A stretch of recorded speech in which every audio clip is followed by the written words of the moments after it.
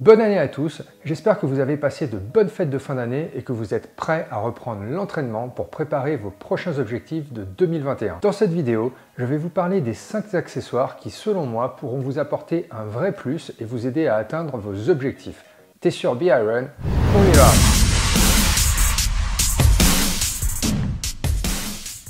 Mais avant de commencer, et si tu veux nous soutenir, n'oublie pas de t'abonner à la chaîne en cliquant sur la petite cloche, de liker la vidéo et de la partager. Retour au sujet d'aujourd'hui, en pratiquant 3 sports, il y a beaucoup de matériel à réunir, ne serait-ce que pour pouvoir s'aligner au départ d'une course. Ici, je ne vais pas vous parler des choses essentielles que chaque triathlète doit de toute manière avoir, comme le vélo, les chaussures, le casque, la trifonction ou autres, mais de 5 accessoires que j'utilise soit en entraînement ou en course, que je considère vraiment utiles et capables de vous aider à atteindre vos objectifs. Tout d'abord, j'utilise toujours un capteur de puissance, que cela soit en vélo ou en course à pied. Pour mes entraînements de vélo, j'utilise majoritairement un home trainer et mon choix s'était porté sur le Wahoo Kicker couplé avec Swift, qui me permet de réaliser tous mes entraînements, peu importe la durée ou l'intensité que je souhaite y mettre, sans problème. Et comme le Kicker a déjà un capteur de puissance intégré, cela me permet de bien caler mes entraînements en fonction des plages de puissance souhaitées. Pour les courses, j'ai installé sur mon Canyon Speedmax un capteur de puissance Shimano FCR 9100P,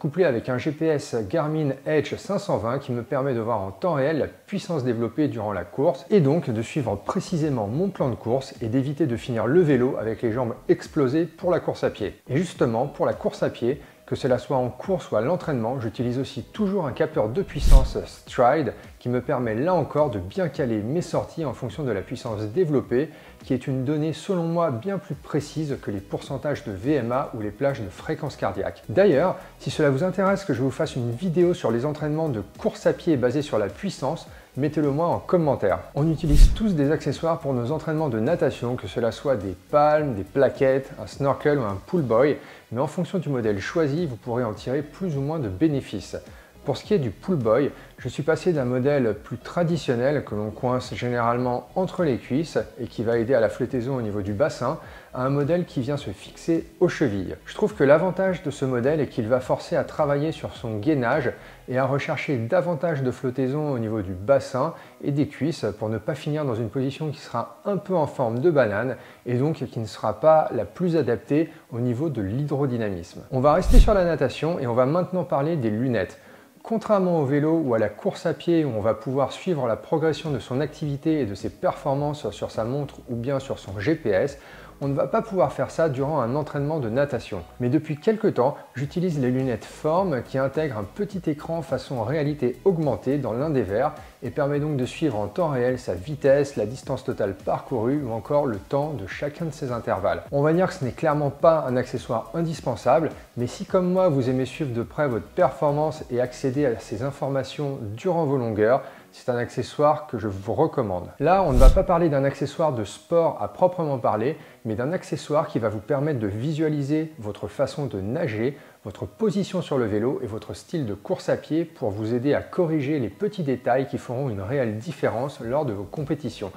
Depuis quelques temps, j'utilise une caméra de style GoPro, mais peu importe la marque, pour filmer certains de mes entraînements et pas uniquement pour faire les vidéos de la chaîne, mais surtout pour voir l'évolution de ma technique de nage ou de course à pied, ou par exemple lorsque je souhaite travailler sur ma position aéro sur le vélo. C'est toujours très bien d'avoir quelqu'un du genre coach ou un partenaire d'entraînement qui pourra vous donner un feedback,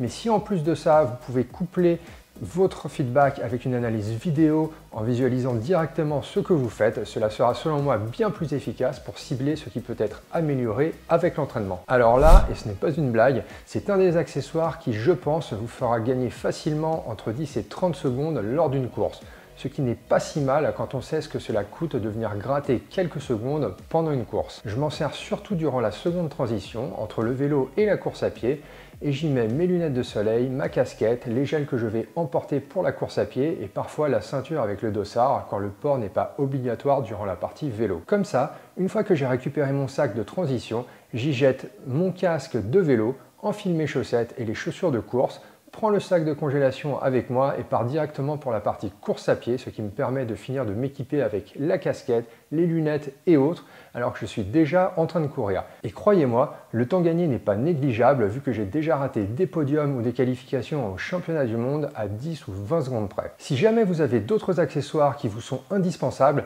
ça nous intéresse aussi de voir ce que vous utilisez et donc n'hésitez pas à nous l'indiquer dessous en commentaire. Nous, on se retrouve la semaine prochaine pour une nouvelle vidéo.